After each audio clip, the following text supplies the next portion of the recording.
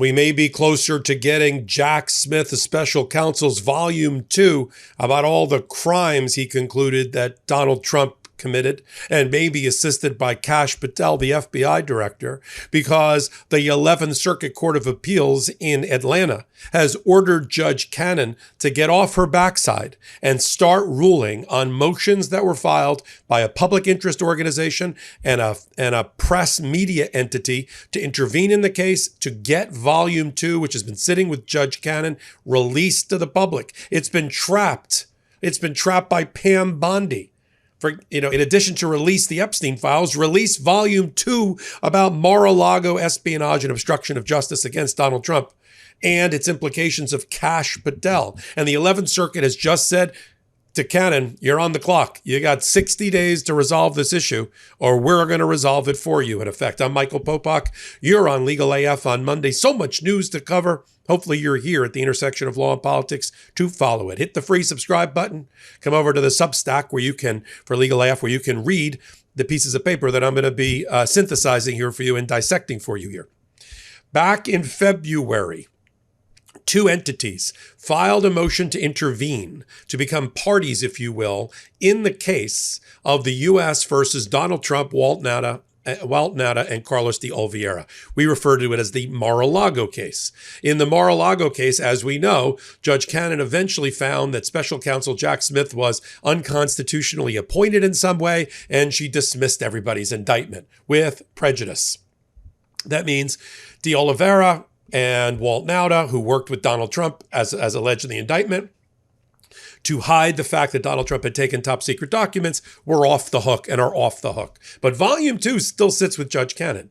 A version of it, the Volume 2, a copy of it sits with Pam Bondi, the Attorney General, as well. She was given a copy in early January by Merrick Garland with like a love note that said, it's up to you to release. However, there's another way to get it, and that's where American Oversight on one hand and the Knight Center, the Knight Foundation, First Amendment Institute at Columbia University filed their motions. Now, a judge has a certain amount of time to resolve motions, but they've been sitting there since February. So, and I'm going to read to you from some of the bombshell allegations, including against Kash Patel, the FBI director. They were trying at one time to get this information, especially while Kash Patel was still having his nomination to FBI director considered by the Senate.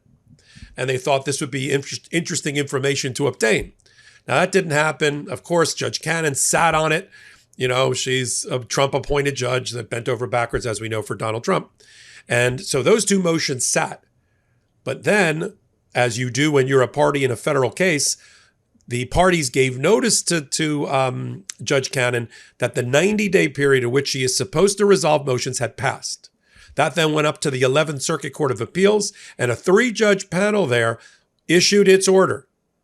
And I'm going to read it to you in a minute. It effectively says, Judge Cannon, you got 60 days, now 59 days to render your opinion, and then we'll take it from there. Because if she rules against releasing Volume 2, and or allowing these two parties to intervene in the case, then they have an appellate right. They get to take an appeal. No more sitting on it. Let me read you some of the bombshell information that's in American Oversight's motion to intervene about Kash Patel in particular.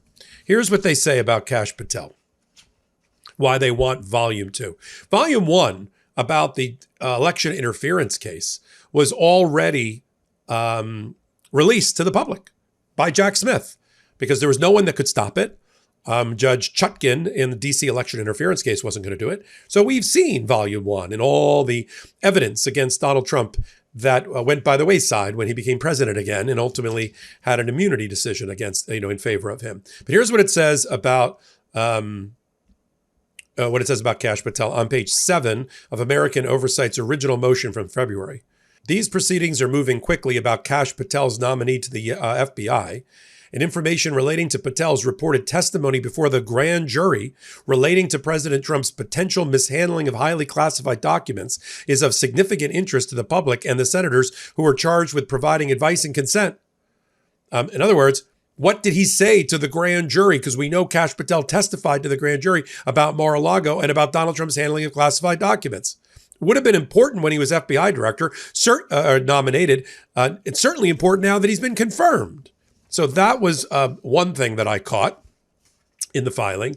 Here's how the Knight Institute put it in their motion. It says that on page 2, that effectively there is a presumptive right to access by the public in these kind of judicial documents, including those that are filed with the court. She took jurisdiction over this volume 2, Judge Cannon, and so she should have the key in her pocket to unlock it and to release it. They say on page 2 that there's a qualified right of access under the First Amendment because it is a judicial document inextricably intertwined with a proceeding that itself is subject to the constitutional access right, and because it is the type of document whose disclosure promotes the proper functioning of that proceeding and allows the public to know that justice is being done. And therefore, she should release it. You know that feeling when your morning coffee is supposed to kickstart your day, but instead your stomach's grumbling, your focus isn't sharp, and by 10 a.m. you're already craving a nap? It's frustrating because the ritual matters, but sometimes traditional coffee just doesn't play nice with your body or your brain. And for anyone juggling a busy, chaotic lifestyle or trying to level up focus and energy, this is a common struggle. You don't have hours to research ingredients, experiment with supplements, or mix up different powders just to get a clean, productive boost. So that's where Everyday Dose comes in.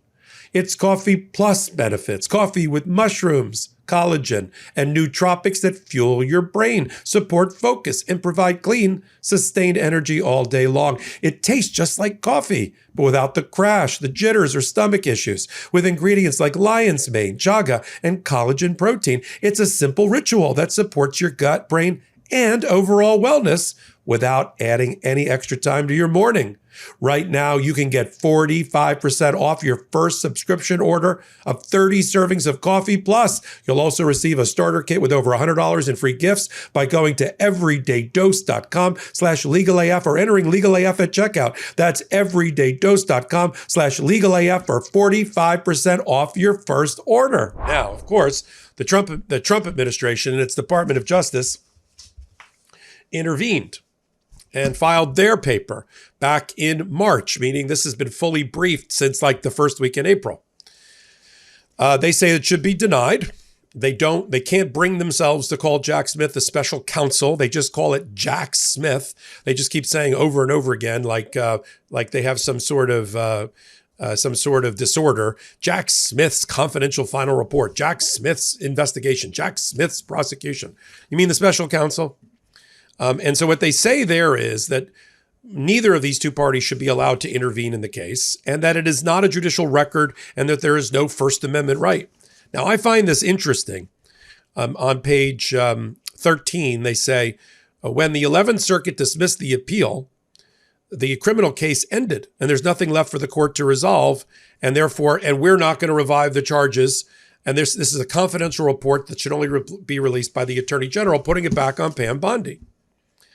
Now, just to be clear, something left out here is that the lawyer for Walt Nauta and Carlos de Oliveira, who was the butler and the IT guy that Donald Trump used to hide the documents and try and erase the videos of them doing it, they were represented by Stan Woodward. Stan Woodward is now the number 3 in the Department of Justice. Talk about being kicked upstairs. So Donald Trump brought his friends and his enemies close together at the Department of Justice. He now reports to Todd Blanche and Pam Bondi. He represented these people. Do you see the conflict of interest here by the Department of Justice taking a position about this when their own number 3 in the Department of Justice leadership represented these two guys? But of course, the Trump administration refuses to acknowledge any conflict of interest, and so they don't. Now, the reason it was originally blocked is that Nauta and Oliveira argued that their Fifth and Sixth Amendment rights would be violated since there still was an active case against them at the time, and therefore the volume 2 of the report should not be released, even if their names are redacted, because it'll be bad for their ability to get a fair trial. But that ended after the case was dismissed against them with prejudice. Can't be brought back again. Won't be brought back again. The United States just admitted they're not going to bring the case back again. And so at the end of the day, I think this is a solid argument. Let me read to you from the 11th Circuit here, Before the court are related petitions for writs of mandamus. That's the two entities I just told you about. And they give the date that they were filed. Petitioners have established undue delay in resolution of their motions to intervene, and the petitions for writ of mandamus are held in abeyance for a period of 60 days to allow the district court to fully resolve the motion. Get off your butt, Judge Cannon, and make your decision. So they have their appellate rights and they can take it up on appeal. So we'll continue to follow everything that happens here. Volume 2 matters. The Epstein files matter. All the things that are not being released by this administration matter to the American people and their right to know, their constitutional right to access. And while you're here, hit the free subscribe button. Come over to Legal AF YouTube, do the exact same thing, and help us continue to grow our Legal AF community. Till my next report, I'm Michael Popok. Can't get your fill of Legal AF? Me neither. That's why we formed the Legal AF Substack.